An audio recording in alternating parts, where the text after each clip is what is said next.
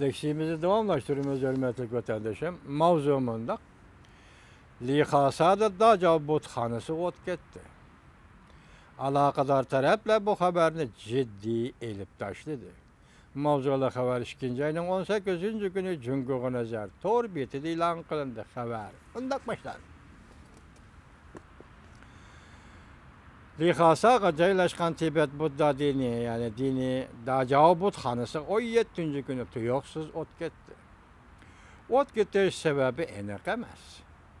Xabarda mundaq ko'rsatildi. Ot butxona ichiga o'rinlashtirilgan rahiblarning yataq uydan chiqdi. Avval ot ketish shu yerdan boshlandi.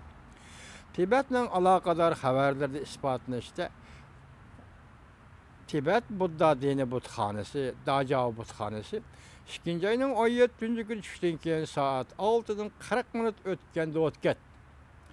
Daca butxonasining o'gizlari ziyonga uchirdi, lekin o'lim yetim yuz bermadi. Atrofning tartibi asliga keltirildi. Tor betlarining oshkorilishi butxonaning to'rislari ko'yib tugagan. Qo'l putga taynab sotishib o't o'chirmoqchi bo'lganlar kuyayotgan butxonaning kuyishiga qarab hasrat bilan mung'inib qoldi. Yana bir suratda oshkorilishicha Pajarni ot o'chiruvchilar naq maydonga yetib keldi. Qorong'i tushishga boshladi. Ot yana shiddat bilan kuymoqda. Tayvan markazi agentlik xabar qilib bunday ko'rsatdi. Jungoning tor betlariga qarasang, Sumruq televiziyasining tor betlariga qarasang, bu xabar butunlay elib tashlandi. Jungo matbuoti bu xabar elib tashlandi. Hatto Shanghaydagi Sumruq televiziyasining programmalarida bu xabar elib tashlandi. Materiallarda ko'rsatilishicha Daca butxonasi 7. asrda silingan. Tibet Budda dinida bu butxonaning o'rni yuqori. Intay o'rni martabasi bor. 2000-yil Daca butxonasi Lhasa Budalagon sarayini kengaytib qurish va remont qilish qatorida remont qilingan. Dalay Lama davlatga qaytadigan bo'lsa, yana bir mavzu, endi buni Dovi torbet e'lon qildi, dal mushkilda diqqat qiling vatandoshim. Yo'l nada? Dalay Lama davlatga qaytadigan bo'lsa, yo'l nada?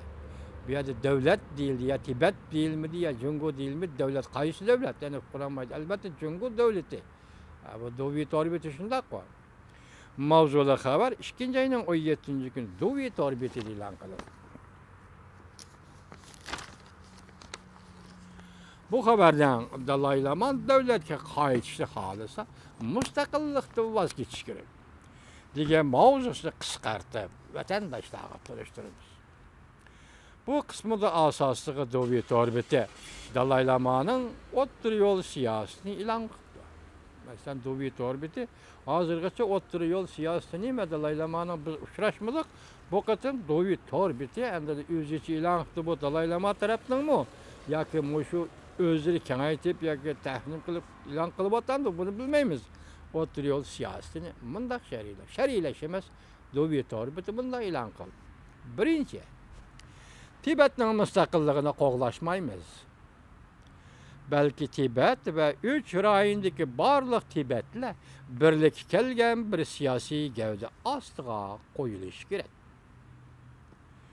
Ikkinchi, bu siyosiy gavda ismi jismiga loyiq millat o'zini o'zi boshqaradigan o'ringa ega bo'lishi lozim.